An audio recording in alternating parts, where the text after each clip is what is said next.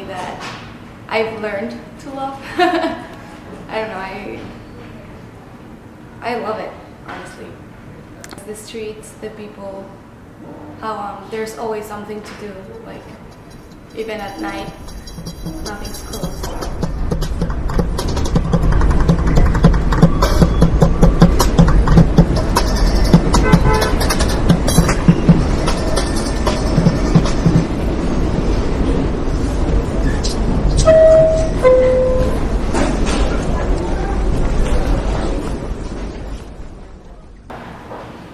It's never quiet, you know, like there's always so much noise. Like I'm almost already asleep and then ambulance goes by.